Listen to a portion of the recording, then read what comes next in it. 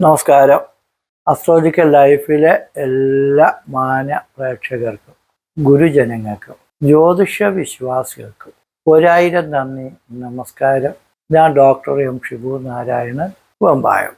ഈ വീഡിയോ പ്രധാനമായിട്ട് ഉദ്ദേശിക്കുന്നത് നമ്മൾ ജ്യോതിഷം പഠിക്കുകയും പഠിപ്പിക്കുകയും ചെയ്യുന്നത് അന്ധവിശ്വാസവും അനാചാരവും എന്നുള്ളൊരു രീതിയിലാണ് ഈ ആധുനിക ലോകത്ത് പല ആൾക്കാരും അഭിപ്രായപ്പെടുന്നത്. വൈദിക ജ്യോതിഷ മന്ത്രവാദീനാം ഗൃഹേ ഗൃഹേ ഭോജനമാദരേണ അന്യാനി ശാസ്ത്രാണി സുശിക്ഷിതാനി പാനീയമാത്തന്നതു ദാനയന്തി എന്നാണ്. വൈദ്യന്മാർക്കും ജ്യോത്സ്യന്മാർക്കും മന്ത്രവാദിമാർക്കും ഗൃഹേ ഗൃഹേ ഭോജനമാദരേണ, ഓരോ വീട്ടിലും അവർക്ക് ആദരവും ഭോജനവും ഒക്കെ കിട്ടിയായിരുന്നു. അന്യാനി ശാസ്ത്രാണി സുശിക്ഷിതാനി, അന്യങ്ങളായ ശാസ്ത്രങ്ങൾ നല്ലവണ്ണം പഠിച്ചാലും പാനീയ മാത്രം അത് ദാനയന്തി, ആ വെള്ളം കുടിക്കാൻ വെള്ളം പോലും കൊടുക്കൂല എന്നാണ് നീതിസാര കർത്താവ് പറയണം. ഈ വൈദ്യന്മാരും നിങ്ങൾക്കറിയാം, നമുക്ക് പഴയ കാലത്തെ ആയുർവേദം നമ്മളെ നാട്ടിൽ നല്ല രീതിയിൽ തഴച്ചു വന്നിരുന്നു. ഇന്നും തഴച്ചു വളരുക തന്നെ. പക്ഷേ ഈ ആയുർവേദവും അലോപ്പതിയും യുനാനിയും സിദ്ധവൈദ്യവും ഒക്കെ നമുക്കുണ്ടെങ്കിലും ഈ ആയുർവേദത്തിനും അതേപോലെ ഹോമിയോയ്ക്കും മറ്റ് ഈ ചികിത്സാ വിഭാഗക്കാർക്കും ഒരുപാട് ബുദ്ധിമുട്ടുകൾ ഇന്ന് അനുഭവപ്പെട്ടുകൊണ്ടിരിക്കുകയാണ്. ഒരു ഗുരുവിൻ്റെ അടുത്ത് പോയി നല്ല രീതിയിൽ വൈദ്യം പഠിച്ച് ഇടിക്കാനും പൊടിക്കാനും വറുക്കാനും കാച്ചാനും കുറുക്കാനും ഒക്കെ കഴിവുള്ള ലേഹ്യവും കഷായമൊക്കെ ഉണ്ടാക്കാൻ, കുഴമ്പുണ്ടാക്കാനൊക്കെ അറിയാവുന്ന ഒരാളിന് ശരിക്കും BIMS പഠിച്ചിട്ടില്ല എങ്കിൽ അവൻ വേദവൈദ്യനും സിദ്ധനും ഒക്കെ ആയി പോകും. അതേസമയം ഇതൊന്നും കാച്ചാനും കുറുക്കാനും മരുന്നിൻ്റെ ഗുണങ്ങൾ അറിയാനും പറ്റാത്ത ഒരു ഡിഗ്രി ഉള്ള ഒരാൾ നല്ല ഡോക്ടറെന്ന് അംഗീകരിക്കപ്പെടുകയും ചെയ്യുന്നുണ്ട്. അപ്പോൾ ഈ മെഡിക്കൽ സയൻസിൻ്റെ വളർച്ച നല്ലതാണെങ്കിലും പണ്ട് നമ്മുടെ നാട്ടിൽ 100 വയസ്സ് വരെ അപ്പൂപ്പനും അമ്മൂമ്മയും ഒക്കെ കുടുംബക്കാരും ഒക്കെ ജീവിച്ചിരുന്നു. എന്തുകൊണ്ട്? അവർ ഈ കഷായം കുടിച്ചതും ആയുർവേദ ചികിത്സ ചെയ്തത് കൊണ്ട് സ്കാനിങ് ഇല്ല, ഓപ്പറേഷൻ ഇല്ല, റേഡിയേഷൻ ഇല്ല, ഇങ്ങനെയുള്ള സർജറികളൊന്നും ഇല്ലാത്തത് കൊണ്ടാണ് അവർക്ക് ആരോഗ്യം നിലനിന്നത്. അപ്പോൾ നമ്മൾ ആദ്യം ആശുപത്രി പോകുമ്പോഴേ ഫസ്റ്റ് പറയണത് സർജറിയാണ്. എവിടെ ചെന്നാലും ആശുപത്രിക്കാർ അങ്ങനെ തന്നെ. ഒരു പല്ലിളക്കാൻ പോയാലും ഷുഗർ കൂടുതലാണ്, അത് കുഴപ്പമെന്ന് പറയും. കണ്ണാടി വയ്ക്കാൻ പോയാലും ഷുഗർ കൂടുതലാണ്, കണ്ണിൻ്റെ കാഴ്ച പോവും, കിഡ്നി പോവും, എല്ലാം പോകും എന്നൊക്കെ അവർ പഠിച്ച കാര്യങ്ങൾ പറയണമെങ്കിലും ഇതൊന്നും ചെയ്താൽ നമുക്ക് ഗുണം കിട്ടുകയാണേക്കാളും ചെയ്യാതിരുന്നാൽ ഗുണം കിട്ടാവുന്ന തരത്തിലുള്ള ഒരു അനുഭവമാണ് നമുക്കുള്ളത്. എന്തായിരുന്നാലും വൈദ്യന്മാരെ കുറ്റപ്പെടുത്തുന്നില്ല. പക്ഷേ ജ്യോത്സ്യന്മാർക്കും ഇത് തന്നെ. നല്ല രീതിയിൽ ജ്യോതിഷം പഠിക്കുമ്പോൾ ജ്യോതിഷം പല യൂണിവേഴ്സിറ്റിയിലും പഠിപ്പിക്കുന്നുണ്ട്. ഇപ്പോൾ കേരള യൂണിവേഴ്സിറ്റിയിൽ ജ്യോതിഷമുണ്ട്, BA ഉണ്ട്, MA ഉണ്ട്, PhD ഉണ്ട്, റിസർച്ച് ഉണ്ട്, എല്ലാ കാര്യങ്ങളും നല്ല രീതിയിൽ പഠിപ്പിക്കുന്നുണ്ട്. പക്ഷെ എന്നിട്ടും ഈ ജ്യോതിഷം എന്തെന്ന് അറിയാൻ പറ്റാത്ത തരത്തിൽ ചില ആൾക്കാർ സംസാരിക്കുന്നതിനെതിരെയാണ് ഞാൻ സംസാരിക്കുന്നത്. കാരണം ഈ അസ്ട്രോളജി എന്തൊരു, അസ്ട്രോണമി എന്തിരുന്നു. അസ്ട്രോണമി എന്ന് പറയുമ്പോൾ നമ്മൾ വ്യാഴമാറ്റം, ശനിമാറ്റം, ഗ്രഹങ്ങളുടെ മാറ്റം, രാശിമാറ്റം, ഈ ഗ്രഹങ്ങൾക്ക് പ്രകൃതിയിലുള്ള ചരാചരങ്ങളുമായിട്ടുള്ള ബന്ധം, അതുകൊണ്ടുള്ള ഗുണദോഷങ്ങളൊക്കെയാണ് ശരിക്കും ഗ്രഹങ്ങളുടെ സ്ഥിതിയെക്കുറിച്ചുള്ള ഗണിതമാണ് ആസ്ട്രോണമി. ഉദാഹരണം, നമ്മൾ മലയാളികളാണ്, ലോകത്തെവിടെ മലയാളികളുണ്ടെങ്കിലും തിരുവോണം ആഘോഷിക്കുന്നുണ്ട്. സർക്കാരിൻ്റെ ഏത് ഡിപ്പാർട്ട്മെൻറ്റാണ് പഞ്ചാംഗം ഗണിച്ച് ഈ തിരുവോണം കണ്ടുപിടിക്കുന്നത്?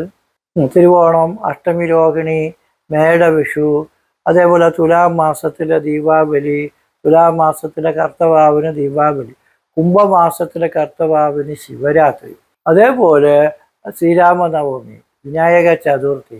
നമ്മളെല്ലാ ഹൈന്ദവ സംസ്കാരത്തെ ബന്ധപ്പെട്ടിട്ടുള്ള കാര്യാദികൾക്കും നമ്മൾ പഞ്ചാംഗം ഗണിക്കണം. പഞ്ചാംഗം ഗണിക്കുക എന്ന് പറയുമ്പോൾ അതാണ് അസ്ട്രോണമി എന്ന് പറയുന്നത്. 10 പ്രകാരത്തിലുള്ള ഗണിതങ്ങളുണ്ട്. അതിന് ദശഭേദം ഗ്രഹഗണിതം എന്നാണ് പറയുന്നത്.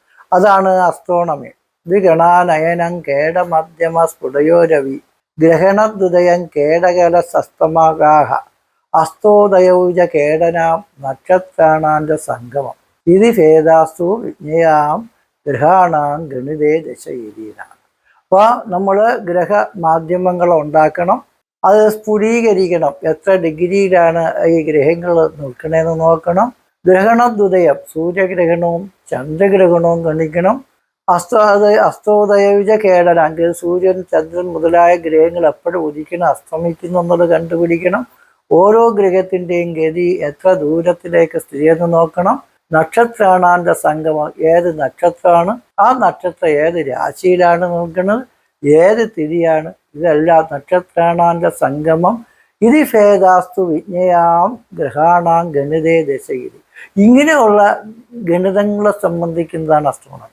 ഇതാണ് പഞ്ചാംഗം ഗണിതം. നിങ്ങൾക്ക് സൂര്യോദയം അസ്തമനം മാത്രമല്ല, ഈ ശാസ്ത്രം തെറ്റെന്നാൽ ഗ്രഹണത്തെ പാരടാന്നാണ് പറയുന്നത്. അപ്പൊ ഈ സൂര്യഗ്രഹണവും ചന്ദ്രഗ്രഹണവും ഒക്കെ ഇന്നും ഗണിക്കുന്നത് നമ്മളെ പഞ്ചാംഗം ഗണിക്കുന്ന ജ്യോത്സ്യന്മാരാണ്. അതാണ് അസ്ട്രോണമി.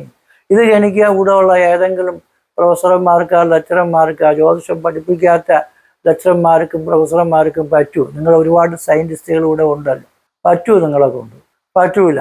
ഈ നക്ഷത്രവും പഞ്ചാംഗവും തിഥിയും ക്രിസ്മസ് ഒഴിച്ചുള്ള എല്ലാ കാര്യങ്ങളും, ക്രിസ്മസ് ഡിസംബർ 25, അത് മാറ്റമില്ല. പിന്നെ പെരുന്നാൾ റംസാനൊക്കെ കണ്ടുപിടിക്കുമ്പോൾ ഇത്ര നായികക്ക് പിറവുണ്ട്, ആ പിറ വന്നാലേ നമുക്ക് ആഘോഷിക്കാൻ പറ്റൂ. റംസാനൊക്കെ വരുന്നത് അങ്ങനെയാണ്.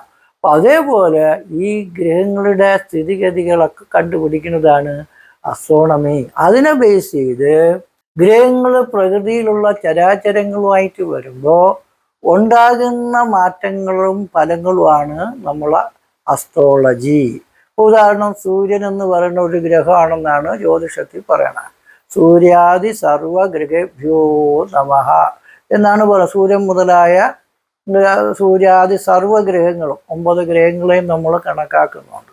അപ്പൊ സൂര്യൻ ഒരു ഗ്രഹമാണോ നക്ഷത്രഗോളമാണോ എന്നാണ് പാശ്ചാത്യരും നമ്മുടെ പൗരാണികരും ഭാരതീയരും തമ്മിലുള്ള തർക്കം. അപ്പൊ സൂര്യൻ ഇപ്പോൾ ഗ്രഹമാണെങ്കിലും അല്ലെങ്കിൽ ഒരു നക്ഷത്രമാണെങ്കിലും ആ സൂര്യൻ്റെ ഗ്രഹണങ്ങളും കാര്യങ്ങളും വരെ ഗണിച്ച് കണ്ടുപിടിക്കാൻ നമ്മളെ ഭാരതീയ ജ്യോതിഷികൾക്ക് കഴിയുന്നുണ്ട്, ഇന്നും ചെയ്തുകൊണ്ടിരിക്കുകയാണ്.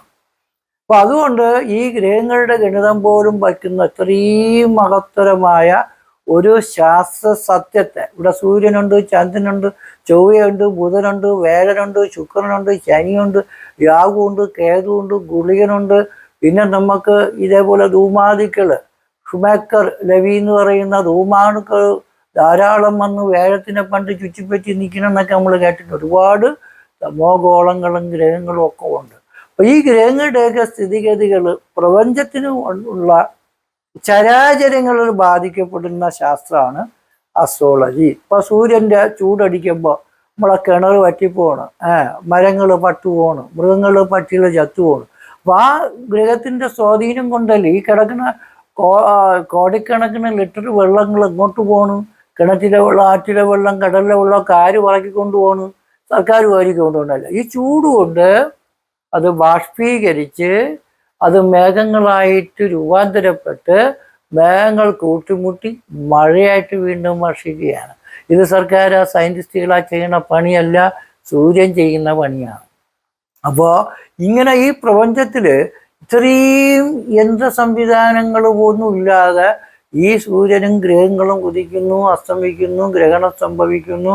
അവർക്ക് എല്ലാ കാര്യങ്ങളും ഇങ്ങനെ നടന്നുകൊണ്ടിരിക്കുകയാണ്. ഇത് നാസയുടെ, ISROയുടെ, VSSCയുടെ കഴിവല്ല, ഇത് പ്രകൃതി സത്യമാണ്. ചൊവ്വയുണ്ടെന്ന് കണ്ടുപിടിച്ചു, റോക്കറ്റ് വിട്ട്, ചന്ദ്രൻ പോയി. അപ്പൊ ഇതൊക്കെ കണ്ടുപിടിച്ചത് നമ്മുടെ പൗരാണികന്മാരായിട്ടുള്ള ജ്യോതിഷികളാണ്. അതേപോലെ ഓരോ ഗ്രഹത്തിനും അതിൻ്റെതായ സ്വാധീനമുണ്ട്. ഇതിനെക്കുറിച്ച് അറിയാൻ പറ്റാത്ത മീഡിയക്കാരും യുക്തിവാദികളും ഒരു വിവരവും ഇല്ലാതെ സംസാരിക്കുന്ന കുറേ പുരോഗമന ചിന്താഗതിക്കാരുമാണ് ഈ പാരമ്പര്യമായിട്ടുള്ള വൈദ്യം, ജ്യോതിഷം, മന്ത്രം, തന്ത്രം മുതലായ കാര്യങ്ങളെ ഇല്ലാതാക്കുന്നത്.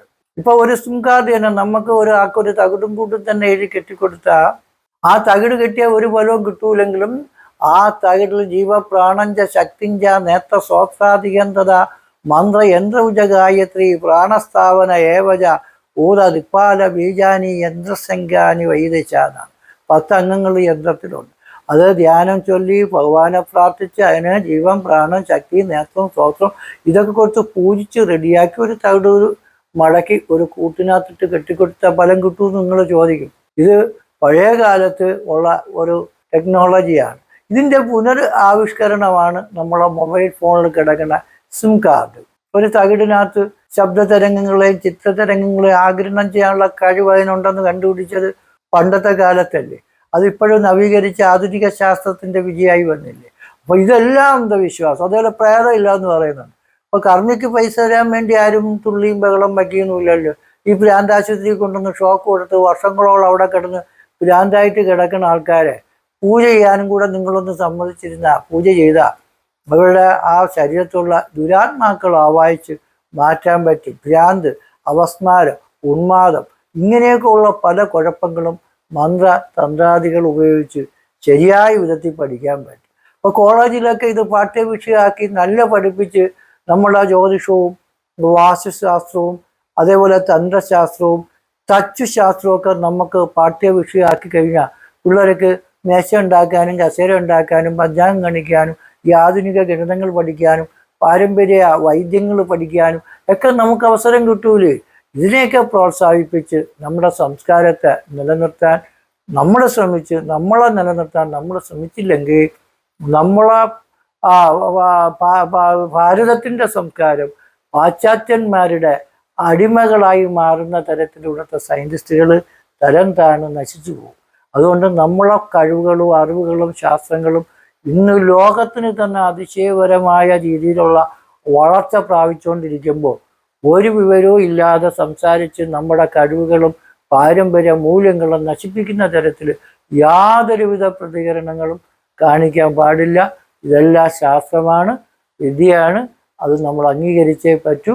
അതുകൊണ്ട് എല്ലാ കോളേജുകളിലും സ്കൂളുകളിലും ഇതേപോലുള്ള അസ്ട്രോണമിയും അസ്ട്രോളജിയും പഠിപ്പിച്ച അതൊക്കെ നമുക്ക് നല്ല ഒരു ശാസ്ത്ര ശാഖയാണെന്ന് മാത്രം പറഞ്ഞുകൊണ്ട് നിർത്തുന്നു.